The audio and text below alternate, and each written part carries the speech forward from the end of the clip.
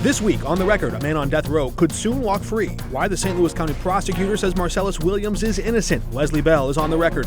Would you like now to apologize to the victims who have been harmed by your project? U.S. senators take the fight to big tech. She was the executive director of the Missouri Republican Party. Jean Evans joins us with analysis. Remembering a trailblazer, we look back on the life and legacy of Missouri's first female senator. It's all coming up right now.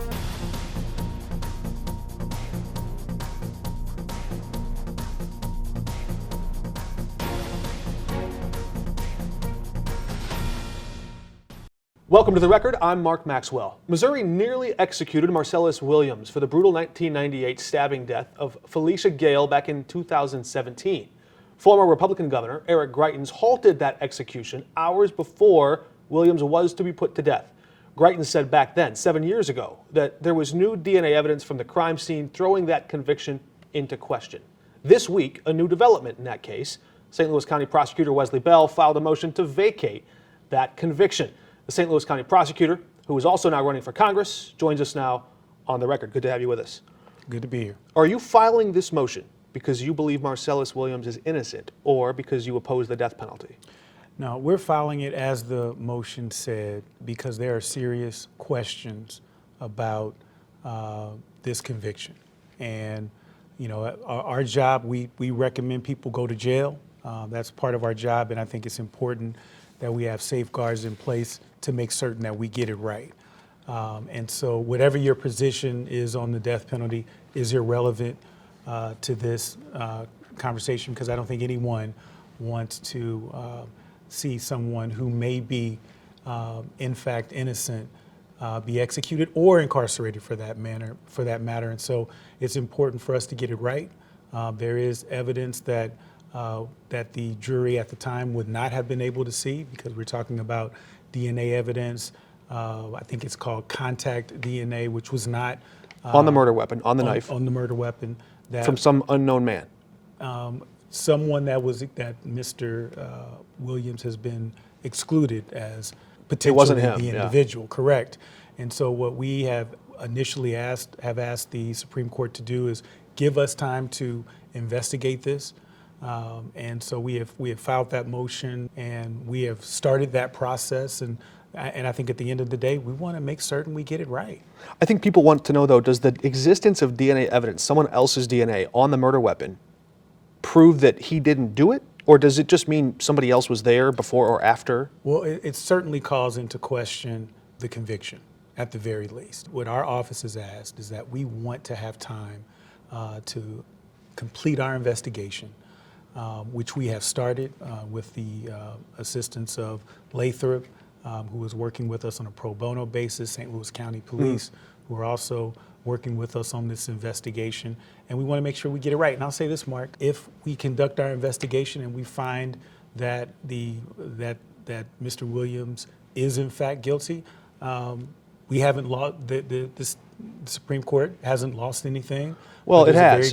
It's lost time. You mentioned the time element. Mr. Williams has lost time waiting on death row for this many years. No, what I want to make the point is that the reason why I think that it's important to give us time to do the investigation is because if you execute him, we can't undo that. Sure. And that's the point that I was making. The question I have, though, is why now? You've been in this office 6 years. We've seen this coming for some time. Eric Greitens saw it coming 7 years ago. Why now? A board of inquiry that was established to investigate this, and so they were doing that work. The governor ended that in June or July. Governor Parson, right. And so at that point, we had, and again, you have to understand, our conviction incident review unit is limited in its resources. We don't have, several attorneys that we can assign to every case, and there are a lot of cases that come. And so once that inquiry ended, we started that process, and what has brought it to a head now is that the Attorney General has asked for an execution date. So obviously that jumps it up as far as the priority with our office. You jumped into this race for Congress, citing a lot of the foreign policy decisions the American government has made in the Middle East with Israel and Gaza, and you've criticized Congresswoman Cori Bush's stance on that. This week, the U.S. State Department, the Biden administration State Department, has said it is looking at options to potentially recognize the Palestinian state. Is that appropriate at this time? I think that the Biden administration has done a tremendous job in a very tough situation. We're talking hundreds of years of tension in the Middle East, and I think that we all want to see peace in this region, and you know, they have not, they're not, I'm not on their advisory committee, so I'm not privy to the conversations that they're having. But I do think that we have to be very deliberate with our diplomacy, because at the end of the day, we recognize that Israel has a right to exist. Israel has a right to defend itself. But Does also Palestine is the but question. also, absolutely, we want to see peace in that region. We don't want to see any Palestinians harmed, but we are standing against terrorism, and Hamas, their capabilities to be able to attack and do these things, these terrorist acts, has to be eliminated. But I think that overall, I think it's a tough situation, but I think the administration is doing a good job. I want to get your reaction to this. Congresswoman Cori Bush said at her campaign launch last weekend that AIPAC and other Jewish-aligned political action groups try to oust people like her if they're not 100% with Israel. Her definition of that is to, quote, say anyone in a way that Israel must be supreme. That's her definition of 100%. Here's part of what she said. This is not about anti-Semitism. This is not about whether I hate Jewish people or not, because I absolutely don't. What it is about is white supremacy. It is about one group being greater than another group, and we tear that down no matter where we see it. What's your reaction to that? What we see from the Congresswoman, unfortunately, is playing into the divide, the divisiveness that we see, as opposed to working on solutions that bring people together. And her vote, I believe, was, in my opinion, reprehensible. You're speaking about a vote that would have barred anyone involved in the surprise Hamas attack on Israeli civilians from immigrating to the U.S. Right, preventing terrorists from coming into our country. Rashida Tlaib and Congresswoman Bush, I think by extension, have made the argument that that's already illegal, that U.S. domestic policy doesn't allow terrorists to enter here anyways. Mark. I guess that would make it an easy vote to take. But exactly. Why would you oppose any resolution, even if you think it's duplicative or what have you? Why would you oppose ensuring that terrorists cannot come into our country? Terrorists. Hamas needs to surrender. If we're going to see, I don't know what the peace process would look like in the Middle East. I don't think anyone can say that. We were talking about tensions for hundreds and hundreds of years, but it can't move forward with a organization that is bent on not having peace and destroying Israel. I appreciate your time. A long way to go before that August primary. We'll continue to make every effort to hear from Congresswoman Bush on this program. We've invited her to be here as well to give her side of these views. Thanks for joining us. My pleasure. Taking the fight to big tech, senators from our region pushing for reforms on Capitol Hill to pressure one senator put on the CEO of Meta.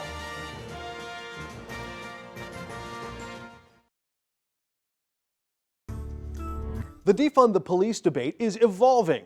Now, a regional gathering about crime sparking new discussion over police staffing levels in the city of St. Louis. And simmering underneath it all, ongoing Republican pushes to slash the city's earnings tax and blow a hole in the city budget, or to take control of the city's police department from the mayor. St. Charles County Executive Steve Ellman bristled this week at the city's plans to send police along with social workers on calls with lower threat levels, warning it might cut back on patrol strength. Can we have other jurisdictions assist, not maybe on the street, but on other matters? I don't know. Steve is entitled to his opinion, but we can't enforce our way out of this. And former President Donald Trump remains on the ballot in Illinois. The Board of Elections in Illinois voted unanimously to keep him on the ballot, saying they don't have the authority to kick him off of it. There has been a push in several states to take him off the ballot there. Some argue he's not eligible because of his role in trying to obstruct the certification of Joe Biden's victory on January 6th. Missouri could open the door for public school students to attend class in the district next door under a new plan approved by the Missouri House. A similar proposal sailed through that same House last year before it stalled in the Senate. Critics fear it could drive bus costs up and class size down, putting the most severe strain on rural school districts. And on Capitol Hill, big tech executives took the hot seat this week. The Senate Judiciary Committee grilled heads of Facebook, TikTok, and X for failing to protect children from exploitation. Illinois Senator Dick Durbin chairs that committee and held the hearing. He says the rules in place for big tech are outdated. For the past 30 years, Section 230 has remained largely unchanged, allowing big tech to grow into the most profitable industry in the history of capitalism without fear of liability for unsafe practices.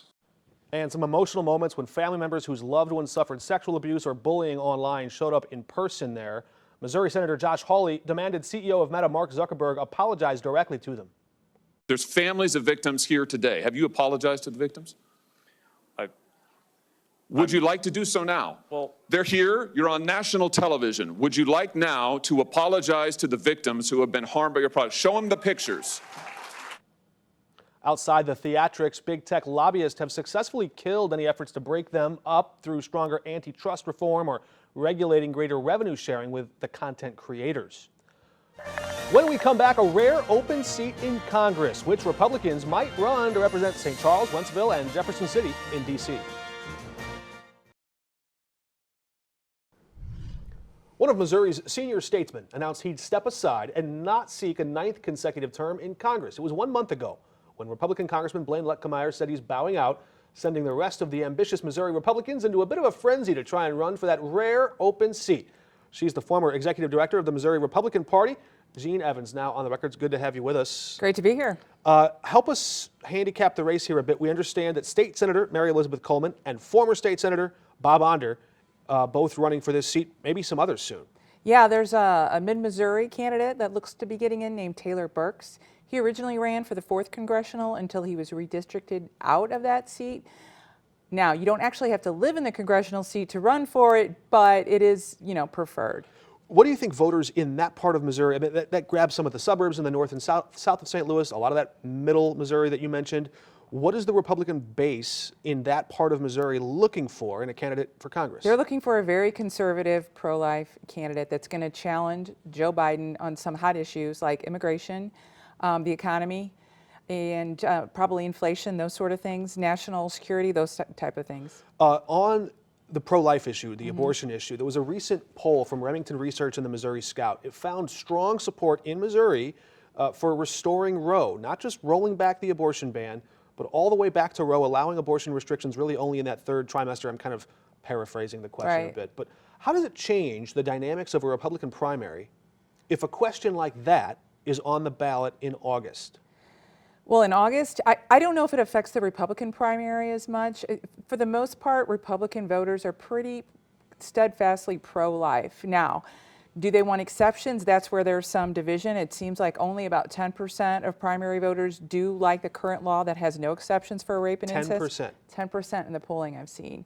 Most, even Republican primary voters, prefer to have some exceptions. However, they wouldn't not vote for a candidate just because they had supported this law. They want their candidate to be pro-life, but they have some latitude on what that means.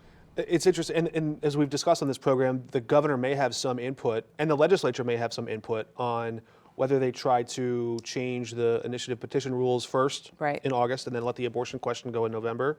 How do you see that strategy playing out? I think it's going to be tough to even get this onto the ballot, quite honestly. The abortion question? Yes, it's very difficult. I mean, people don't understand how many initiative petitions are actually filed every year that then make it to the ballot. They have to collect signatures. They're out there trying to collect signatures when it's snowing, it's icy. You've got to find people to do it. There's a labor shortage. So it's been very challenging. There have been a lot of big petitions with a lot of money in the last several years that haven't made it to the ballot, and people don't really know about them because they didn't make it to the ballot. But it is very expensive and time-consuming to collect those signatures, and there's not a lot of time. I see. So if you're a candidate trying to run for this seat to replace Blaine Luetkemeyer, you're hoping that that question doesn't make it to the ballot, or does it? I don't think it really impacts them in a primary. I mean, they're going to want a pro-life candidate right now. Both Mary Elizabeth Coleman and Bob Onder are considered pro-life candidates. I don't know who would claim the mantle on that question. No, and Taylor Burks as well, who is from the Columbia, Boone County area. Is it a foregone conclusion that a Republican will win that seat in November? Yes, absolutely. I don't see any chance.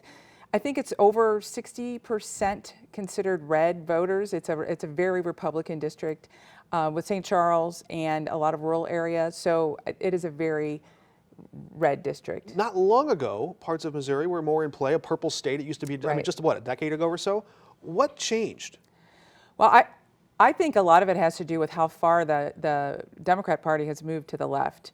But a lot of the polarization has to do with where people live. So the closer you get to a urban, suburban area, the more likely you are to have progressive Democrat voters, and the more rural you are, the more likely you're to have, like red voters, as they say. But St. Charles is still a fairly Republican area. It's considered solidly Republican. It's probably around 60%, but it is slowly trending away, just as St. Louis County is to be more blue. And we're seeing that polarization in the Missouri Senate even, where now there's like two different stripes of Republican, Right. it seems like, and there's this big fight going on. How do you evaluate the likelihood of State Senator Bill Eigel sort of carving out his own path in the Republican primary in this governor's race? Well, he's a very good politician, and he's running a great campaign. However, his polling hasn't really moved. He's still in the 4 or 5% range, but I wouldn't count him out yet. You just think voters are going to start tuning in later, or? I don't think most people are paying attention. The only name they know is Ashcroft because it's kind of a household name in Missouri, but they're not really looking yet. Like people like us who follow politics are paying attention, but until we get out of school in the spring and summer, I don't think most Republican voters are paying that much. Now, there's a portion of them that are paying a lot of attention, and they're pretty noisy. But for the most part, the majority of voters really aren't paying attention. In the Senate race, Right. Lucas Kuntz is trying to say, look at the polling, he's got a shot, he's out there raising money, but still a red state. What's Josh Hawley's path to re-election here? I think Josh Hawley is a lock on that, and I think his questions in that hearing we saw with regard to social media and its impact on children, I think he continues to make a name for himself and really standing up for the average citizen. I don't think Josh Hawley's in any danger of losing this seat. Keeps going after big tech. He's represented parts of North County in that radiation and fallout Right. there. So the populist side, consumer protection, really leaning into that protects him from. Right. Well, and that's a growing aspect of the Republican Party. So we're already a Republican state, and he's going to win in that way. But he continues. He is the most popular politician in Missouri right now, if you did polling. So Josh Hawley is in no danger of losing his Senate seat. Very interesting. Thank you so much for joining us. Great to be here. All right, we'll be back in just a moment. She was the first female senator from Missouri to look back at the life and legacy of Jean Carnahan. Next.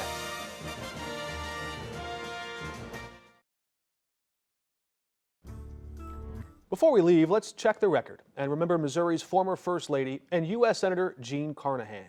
During a controversial merger between Trans World Airlines and American Airlines, Carnahan defended the jobs of those 12,000 TWA workers in St. Louis. Carnahan died Tuesday at 90, leaving a legacy and family and service. She was Missouri's First Lady in the 1990s, the first woman the Show Me State ever sent to the U.S. Senate. She held both positions with personality and passion after following the man she loved into politics. Mel Carnahan was elected Missouri Treasurer in 1980. Together we will continue to work with our hands and hearts to make our state and nation what we know it can be. Then it was on to the governor's mansion. And to do that, I need your help. And help she did.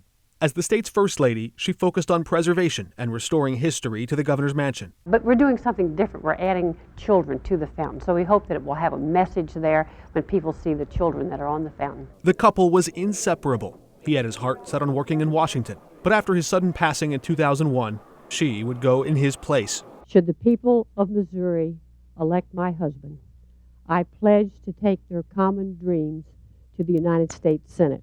She carried on her husband's work and built on it herself. I have learned over the last 2 years is that you press on. You don't look back. You don't second guess. That chapter was ultimately short-lived. She represented Missouri as a junior U.S. Senator for a year and a half. And after leaving the rough and tumble world of politics, oh, I love this. I love this. You just scatter this all around. the grandmother of 6 stayed busy with family and found comfort in the things she loved, like this food blog. When I got married, I had one thing I could do. I could make tuna fish salad. And the fact that Mel married me, knowing that that was all I could cook, I thought was really an act of faith on his part. Good Food STL was her passion until she died, Carnahan's last post less than a week before her passing. Jean Carnahan, a woman proud of Missouri, who left a lasting legacy centered around her family and her work. And there will be a public memorial for Jean Carnahan Saturday on February 10th. That will be located at the Sheldon Concert Hall. She'll be buried next to her husband and son. That will be near Elsinore, Missouri, in a private ceremony there. The family is asking for memorial contributions to be made out to the Carnahan Policy Institute. You can find that there. And thanks for joining us so much this week. That does it for us. We'll be back again next week at the same time. Until then, we're off the record.